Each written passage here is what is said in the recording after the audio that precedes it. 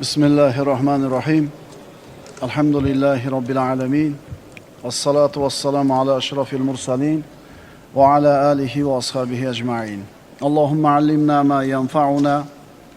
Ve enfa'na bima allamtana ve zidna ilma.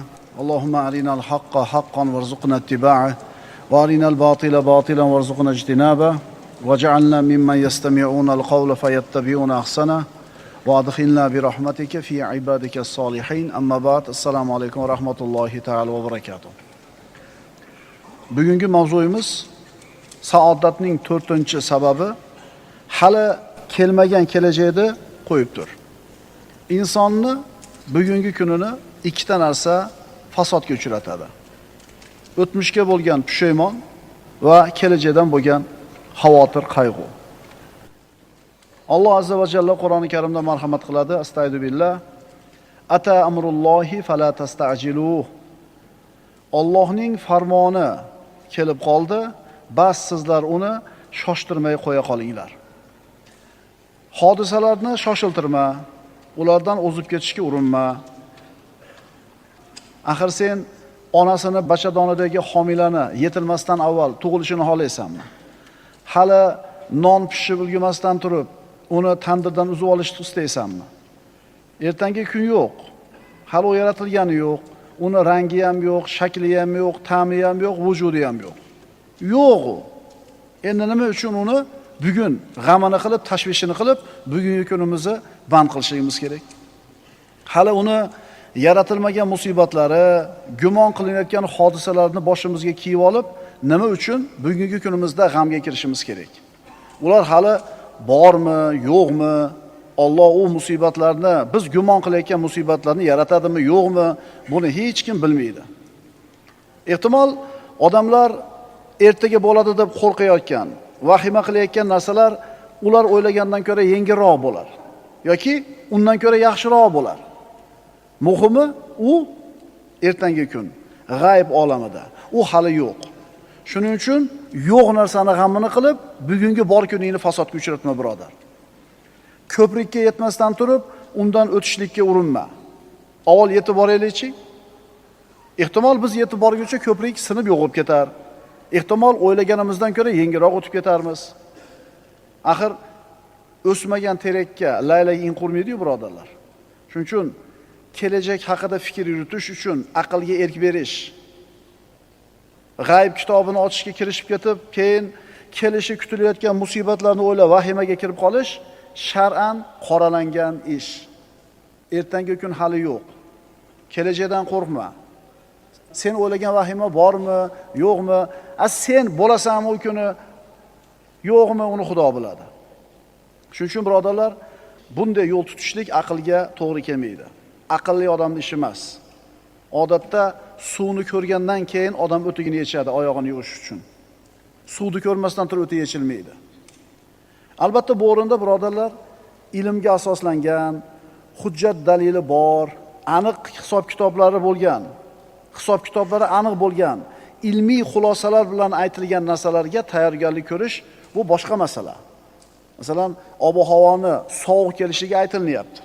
Bu ilmiy asoslangan, ilmiy dalillari bor gap. Mana siklon kelyapti, menday bo'ladi, bir yil sovuq bo'ladi. Ko'mirda ertaroq harakatini qilinglar, uylarda isishlikda paydo bo'linglar deb turib, hujjat dalillangan, ilmga asoslangan, isbot dalili bor xabar bo'lsa, bu kelajak haqida bir o'ylanib, uni tadbirini, chorasini ko'rishlik boshqa masala. Ammo odatda odamlar asossiz o'y-gumonlarga tayanib, vahimalarga beriladi-da, o'zlarini xorlikka ro'baro qilishadi. Bu dunyoda yashayotgan juda ko'p odamlar kelajakdan qo'rqadi. Och qolib ketishidan, kasalga uchrashidan, faqirlikdan, musibatlarning kelishidan qo'rquv bilan yashaydi. Binobarin bugungi kunni boy beradi. O'zi Tavrotda yozilgan ekan, kitoblarda keltiriladi, Tavrotda shunday deyilgan: Aktsaru ma yuxof la yakun. Odatda odamlar qo'rqayotgan, sodir bo'lishidan qo'rqayotgan, vahima qilayotgan ko'p narsalar bo'lmaydi. Odatda odamlar vahima qilayotgan narsalarning ko'pi bo'lmaydi. Shu karantin arafasida birodarlar qaranglar-da, odam kulgin keladi-da qilayotgan ishimizni ko'rib turib. Unlar ajiotaj bo'lib ketdi. Keyin nima bo'ldi? Joyiga tushdi. Vahima qilamiz ekanda, Allohga bo'lgan iymonimizning zaifligidan, qazoy qadarga bo'lgan iymonning zaifligidan inson ertaga nima bo'ladi degan vahima bilan, qo'rquv bilan yashar ekan. Ertaga nima bo'ladi? Aniq bilasizlar nima bo'lishini. Nima bo'ladi ertaga? Alloh aytgani bo'ladi. Bilasizlarmi shuni? Deb qo'yasiz, hech qanday chorangiz qolmaganda, lekin bu gapingiz o'ziga taskin bermaydi. Demak, iymon zaif, qazoy qadarga bo'lgan iymon sus. Ana shu odamlarning ko'pchiligi ana shu qo'rquv bilan yashaydi-da, naq bugungi kunni fasodga uchratadi. Bunday o'y tashvishlar shaytoniy madrasaning bergan ta'limi. Qaytaraman, bu o'y tashvishlar shaytoniy madrasaning bergan ta'limi. Natijasi Alloh azza va jalla Qur'onda marhamat qiladi. Astagfiru billah. Ash-shaytonu ya'idukumul faqr va ya'murukum bil fahsha vallohu ya'idukum maghfiratan minhu va fadla. Shayton sizlarni kambag'al bo'lib qolishingizdan qo'rqitadi va fahsh ishlarga buyuradi. Infoq ihson qilishdan kim to'sadi? Shayton to'sadi. O'zingchi deydi. Ehtiyot qilib olib qo'y, o'zingga kerak bo'ladi. Tomga olib chiqib qo'y. Kulasizlar-a? Tomga chiqingda juda ko'p narsa bor, kerak emas. Kimdir muhtoj shunga. Yangi qurilgan oilalar bor, gazi yo'q, xolodilnik sizda turibdi, duxovkasi yo'q, pechkasi yo'q, turibdi. Podvalga tushingda juda ko'p kerak emas narsa turibdi. Kerak bo'lib qoladi. Kerak bo'lib qoladi. To'g'ri aytyapmanmi? Esingizdan ham chiqib ketgan o'sha narsa, chiqib qarangda tomda mana bu ertaga borib turib. Shayton kambag'al bo'lib qolishidan qo'rqib, sizlarni fahshga va munkarga, gunohga buyuradi. Endi Alloh nimani va'da qiladi? Vallohu ya'idukum maghfiratan minhu va fadla. Alloh sizlarga o'z tarafidan mag'firat va fazlu karam, boylik va'da qiladi. Kelajakdan xavotirga soladigan narsa shaytonning vasvasasi. Ammo Alloh azza va jalla o'zi tomonidan fazlni va'da qilyapti, mag'firatni va boyligini va'da qilyapti. Alloh taolo aytayapti, birni bersang 10 ni olasan. Birni bersang 700 qilib yozaman savob deyapti. Lekin iblischi bu narsani qilmaslikka chaqiradi. Bunday odamlarni ko'p yig'lab yashaydi. Nima uchun yig'lab yashaydi? Chunki ertaga och qolishi mumkin, kasal bo'lib qolishi mumkin, 100 yildan keyin olam unday bo'lishi mumkin, bunday bo'lishi mumkin. Mo'min odamni bu masaladagi e'tiqodi qanday bo'ladi? Payg'ambarimiz sollallohu alayhi vasallam aytadilar: "Va alam annama axtoka lam yakun liyusibaka." Bilginki, nima seni chetlab o'tgan bo'lsa, seni qo'lingga kelmagan bo'lsa, o'tib ketgan bo'lsa, bilginki taqdirda shu narsani seni qo'lingga kelishi yo'q edi. Kelmadimi? Demak, peshanangda yo'q edi ekan. "Va ma asobaka lam yakun liyuxtiyaka." Endi seni ustingga nima kelgan bo'lsa, taqdirda shuni kelishi yozilgan edi. Yozilgan edi, dod desang ham, faryod desang ham keldi. Mana mo'minning e'tiqodi shunday. Alloh yozgan bo'lsa odamlar qo'rqib vahima qilayotgan narsani ustimizga kelishini, biz har qanday hiyla chora qilmaylik, baribir keladi. Endi agar yozmagan bo'lsa, kelmaydi. Shuning uchun musulmon odam ertaga unday bo'lar ekan, indinga bunday bo'lar ekan degan vahimalarga e'tibor qilmaydi. Birodalar, taqdir. Osmonlar va yer yaralmay turib, bandalarning taqdirlari 50 ming yil avval yozib qo'yilgan. Taqdir qalami yozib bitganidan keyin 50 ming yil o'tib osmon bilan yer yaralgan. Tushunyapsizlarmi? Hali osmon yo'q edi, hali yer yo'q edi, hamma narsa bitilgan.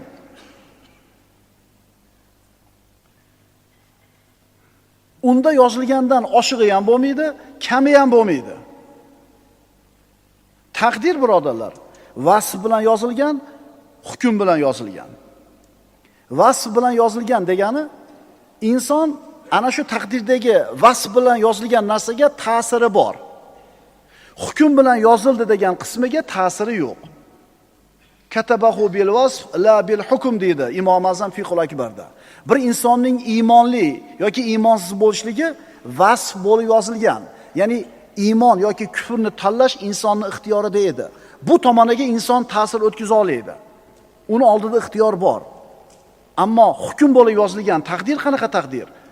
erkak ayolligingiz, qaysi zamonda, qaysi makonda tug'ilishingiz, ko'zingiz rangi, bo'yingiz, sochingiz qalinligi, siyrakligi bu hukm bo'lib yozilgan taqdir.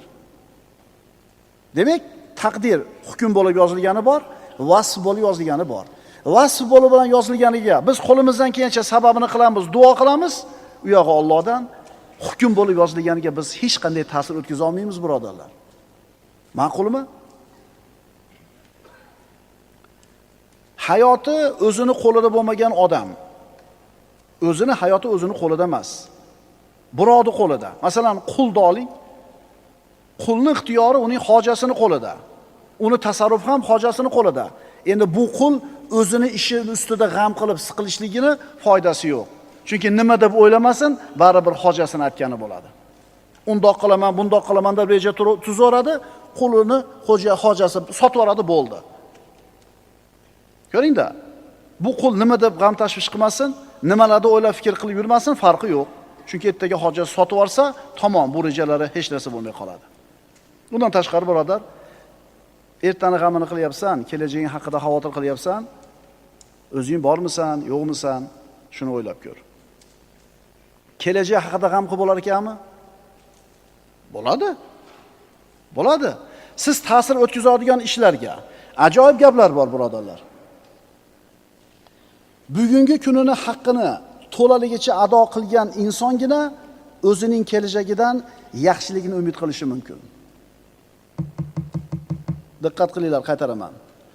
Bugungi kunining haqqini to'laligicha ado qilgan insongina o'zining kelajagidan yaxshiligini umid qilishi mumkin. Hech narsa qilmasdan yaxshi bo'lib ketadi, bu Xudo xolasa desa bo'lmaydi. Sen o'zingga bog'liq bo'lgan ilmni ol. Yosh yigit bo'lsang, hunarni ol, mehnat qil. Hunar o'rgatgan ustozingni rozi qil. Ilm o'rgatgan ustozingni rozi qil. Ularning muhabbatini qozon. Sendan sidq dildan rozi bo'lgandan keyin sen kelajakdan yaxshilikni umid qilishga haqqing bor. Astagfirullah.